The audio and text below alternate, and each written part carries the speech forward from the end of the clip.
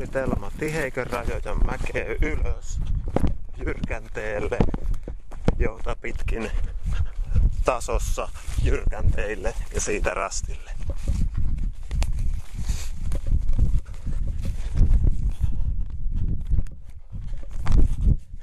Havaitsen jyrkänteitä maastosta. Niiden vasemmalle puolelle on nopea reitti.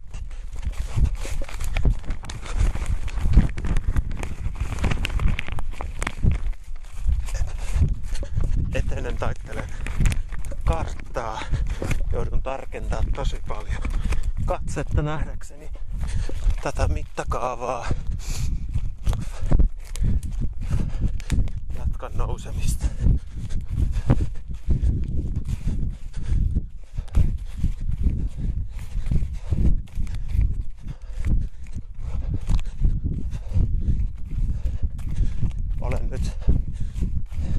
Nousen ylös kaikkein vasemmalla olevan jyrkänteen vasemmalta puoleen. Ja nyt tarkistan suuntaa. Annan kompassin asettua, joka näyttää täsmälleen siihen suuntaan, kun olen menossa. Hankala maaston kohta. Näen edessä jyrkkää mäkeä, jyrkänteitä ja kiviä. Joudun pysähtyä katsomaan. Joudun hirvikärpästä hyökkäyksen kohteeksi.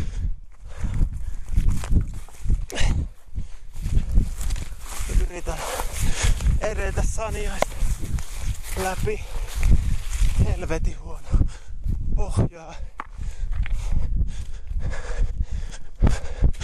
Nousen kalliolle, josta alkaa iso Tavokallio. Tajuan olevani rastiväliviivan oikealla puolella oleva ison jyrkänteen luona. Siihen mihinkä suunnittelinkin.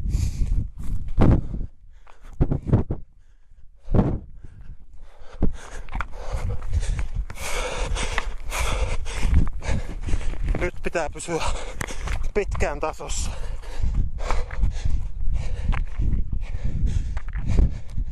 Tason päästä pitää tulla jyrkänteet poikittain vastaan.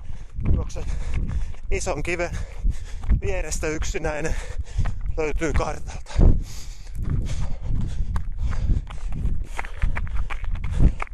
Eessä on jyrkänteeltä näyttävä kohta, mutta kartalta se paljastuu vain nenäksi. Jatkan tasossa. Odotan näkeväni poikittain olevat jyrkänteet.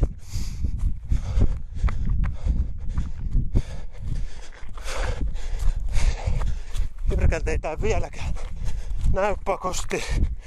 Alhaalla näkyy 2 kiveä, jotka ovat kanssa kartalla. Nyt jyrkänteet oli aika pieniä ja ylempi jyrkännen nenä on rastia lähempänä. Menen sen lähellä.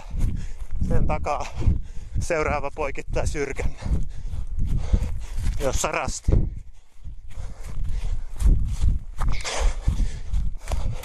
Leimaus.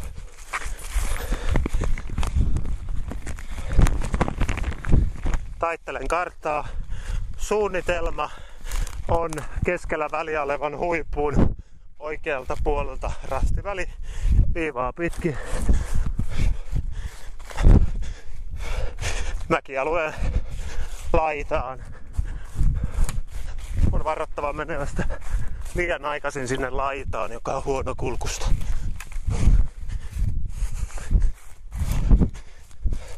Varmistan kompassista suunnan, nousen viistosti mäkialueen päälle. Näin jo maastosta jyrkänteitä, jotka laitan kartalle ja katson, että niiden oikealta puolella on edettä. Teen ennakkoja, tulossa tasainen alue, pystyvihreää ja myöskin se Isomäen huippu pitäisi siintää. Nyt olisi aikaa suunnitella paremmin.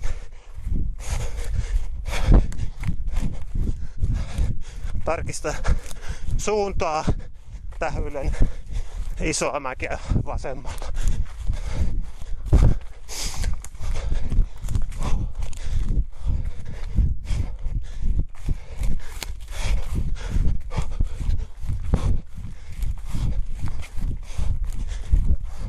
Nyt vasemmalla alkaa näkyä isoa mäkeä.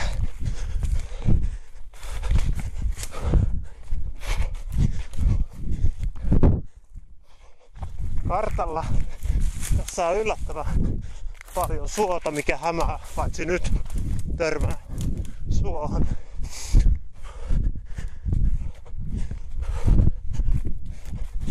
Ja se paljastuu kartalta avosuoksi.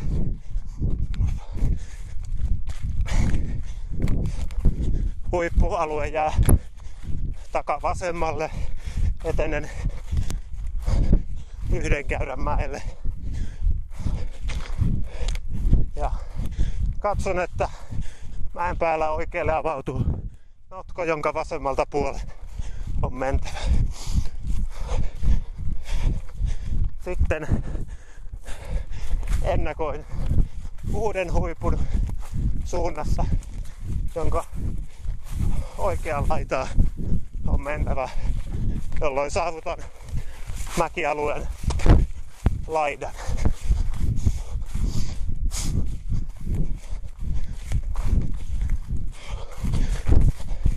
Sitten alkaa hankali osuus. Tämän huipun päältä laskeudutaan 15 jyrkkää rinteeseen. Katson suunnan. Pitkään annan kompassi asettua. Minulla on suuntarintama tiedossa. Alue on harvennus hakkuuta, niin kuin kartalla pitää ollakin. Tässä alkuun on pieni notkelma, minkä ylitin juuri heti. Tulen tämän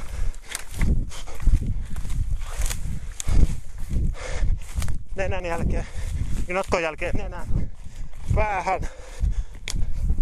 Ei ole nenä, se on laajempi. On vaan hakeuduttava sen oikeaan reunaan, josta on suunnalla tiputettava alas. Odotan koko ajan mäen jyrkkenevän. Suunnitelma on jyrkimmän alueen jälkeen avautuu valkoisella alueella rastin nenä.